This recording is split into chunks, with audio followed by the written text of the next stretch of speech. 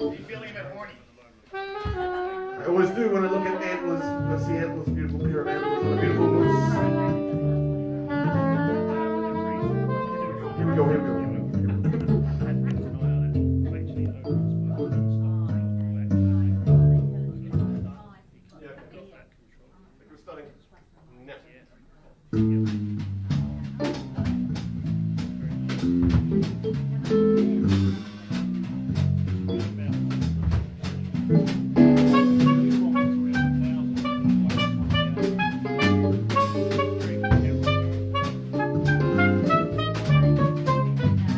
He's an interesting guy. Born in Peru in 1952. His name was Dr. Verbosity, the Moose Masseuse. His mother was an Amazonian tribeswoman. His father was a Swiss psychologist. Sometime in the 1950s he moved to America and he went to an Alabama university. He met a young woman and they had a baby, but it didn't work out. He moved north. The young man moved north. He moved to Plano, where Johnny Osmond comes from. Plano and Utah. He bought a Winnebago and he moved north to Alaska. Got a job as a lumberjack. One day he was out in the forest. He saw some bull moose eating some spruce.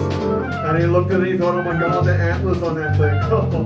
And he thought, I wanted to be a moose. I want to be a moose. I want to be a moose. The truth is, he was a moose. He was a moose, Masseuse. He was a moose. He was a moose, Masseuse. He was a moose.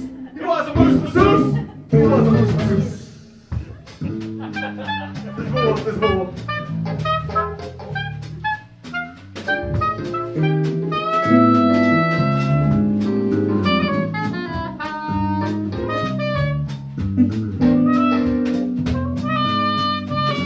So he went back to Anchorage. He got a job as a professional chess player while he trained in the massage business.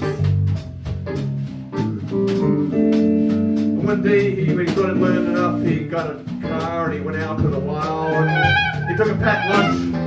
And a few weeks later they found his car and it had hoof marks all over it. And he found the moose and he joined the tribe and he spent so long with them in the swamp and eating the spruce. And he started to look like a moose, and all the time he was massaging those magnificent animals. One day the Park Service came along. And they captured the whole herd and shipped them off to New Zealand because New Zealand wanted to have moose again. All the moose in Fiordland had become extinct. And they looked so good on postcards and they thought they'd ship some more out. They picked up Dr. Verbosity by mistake. They picked up Dr. Verbosity because they thought he was a moose. They shipped him out with the other moose and they released him in Fiordland because they thought he was a moose. They thought he was a moose. He looked so much like one. He was a moose. He was a moose, Masseuse. He was a moose. He was a moose, Masseuse. He was a moose. He was a moose, Masseuse. He was a moose, Masseuse. Still more.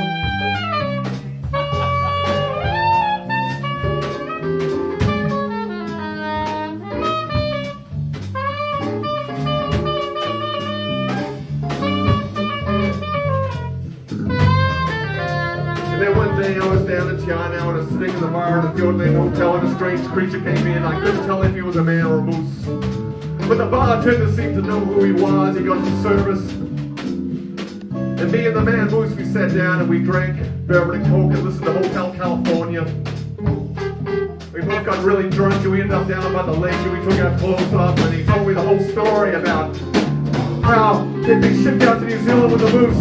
And a drunken hunter had shot the last one in 1973, and he was alone now. He was alone. He wanted to go back to Canada and join the moose again. And when I woke up in the morning, he was gone.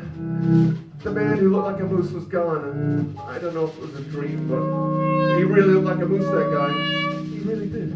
He was a moose. He was a moose, Masseuse. He was a moose.